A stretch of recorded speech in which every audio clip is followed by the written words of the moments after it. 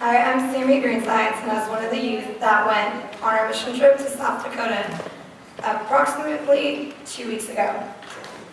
So, to get to South Dakota, it was a long 2-day trip. So we had about 19 youth and 7 adult leaders, all from 5 different churches, ranging from kids who were going to be freshmen to graduating high schoolers.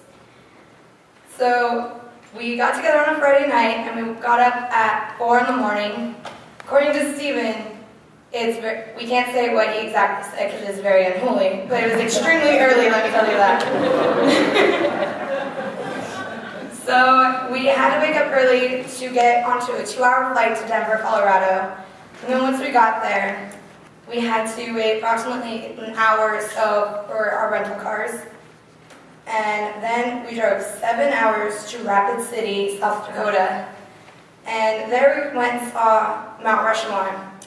Now I thought Mount Rushmore was going to be a bigger deal, because everyone makes such a big deal about it, but I don't get what's so big of a deal about carved heads into a rock that you couldn't really see.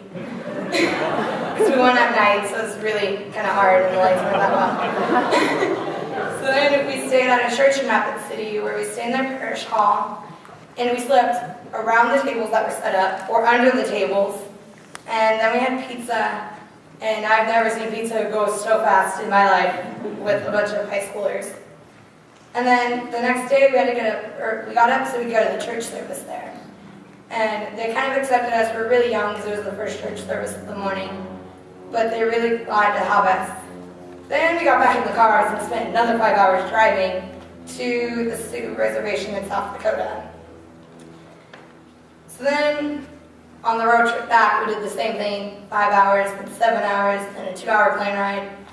But it was really fun because we got a lot of chill time. We got to bond a lot together. We also did not have our iPods or cell phones, so we were forced to talk to each other. But we listened to the adult leaders' iPods. So it kind of brought us together because then we actually did agree on songs that we all liked from their iPods. And but my favorite part about this road trip was that I was in Richard Kemick's car, and we're at the front of the line because we had 5 big Explorers. And we're on the road. There's this senior citizen, the stereotypical senior citizen that drives really slow. But he was driving like 50 miles an hour, and we get right behind him, and then all of a sudden there'd be this hill, and he'd speed up and start going 80 or 90, and then he'd slow down and we'd catch up. And no one could figure out why, because we didn't want to say anything. But then afterward, we were laughing and we were hoping he could come back again, and it so happened that on the way back, we ended up getting stuck behind someone exactly the same way. But the road trip was really amazing, and I was really glad that we actually had to drive there rather than just fly.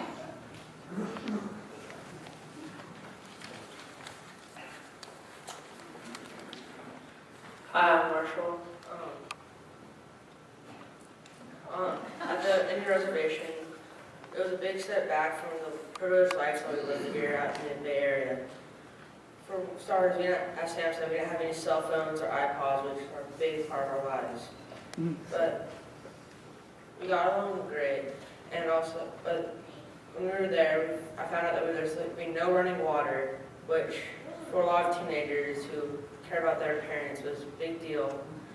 And also there's going to be no bathrooms, and we had to go to porta potties, which was 19 teenagers. It can get pretty smelly after a few days.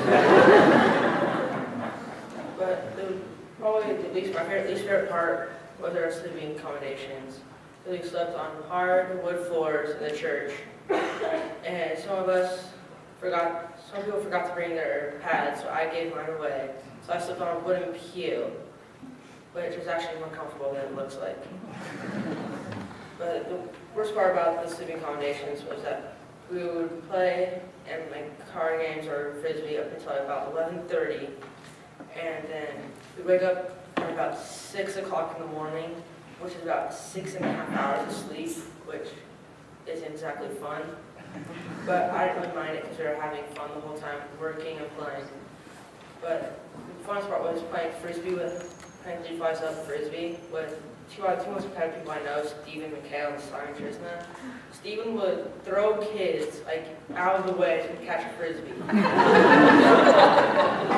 then Simon Trisna hit 2 kids in the back of the head by accident with the frisbee. One of which was me. But I didn't really mind it because we were all having fun.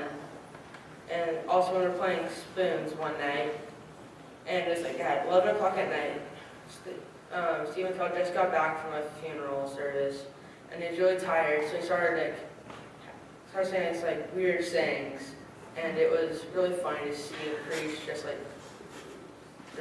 not know a clue what he was saying at all. There's all things they can't say. But then after we did the work, we go down to the river and swim in the river and joke around with each other, dunk each other, tackle each other. But it was all in fun. So I really liked the Indian reservation we stayed at.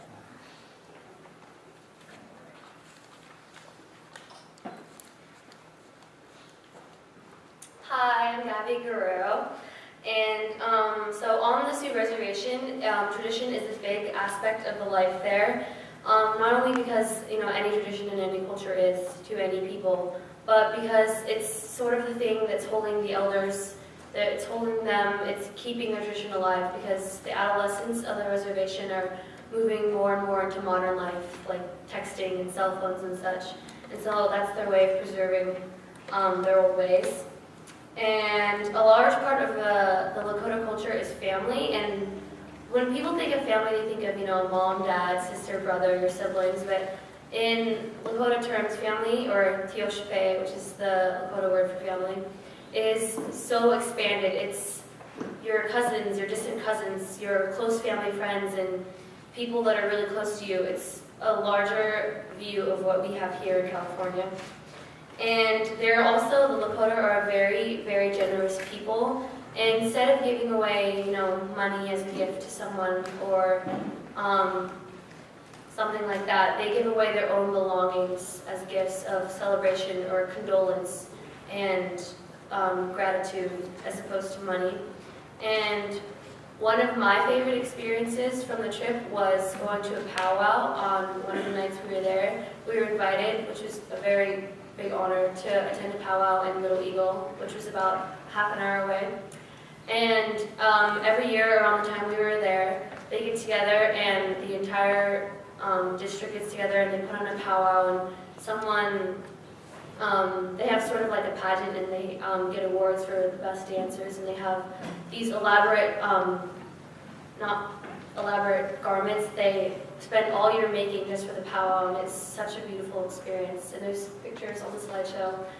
But they also have a lot of singing groups as well, and someone that we met, Tony Bobtail Bear, he told us something. He said, any celebration in the Lakota culture is not a celebration without music, which is very true, because they have different songs for every kind of celebration. A song for becoming older, like someone reaching their adolescent age, and a song for mourning, and it was so beautiful. They Tony Bobtail Bear's sons have a group, and they came and played for us, and it was really awesome. And so that was a lot of the different culture that we learned about on the reservation.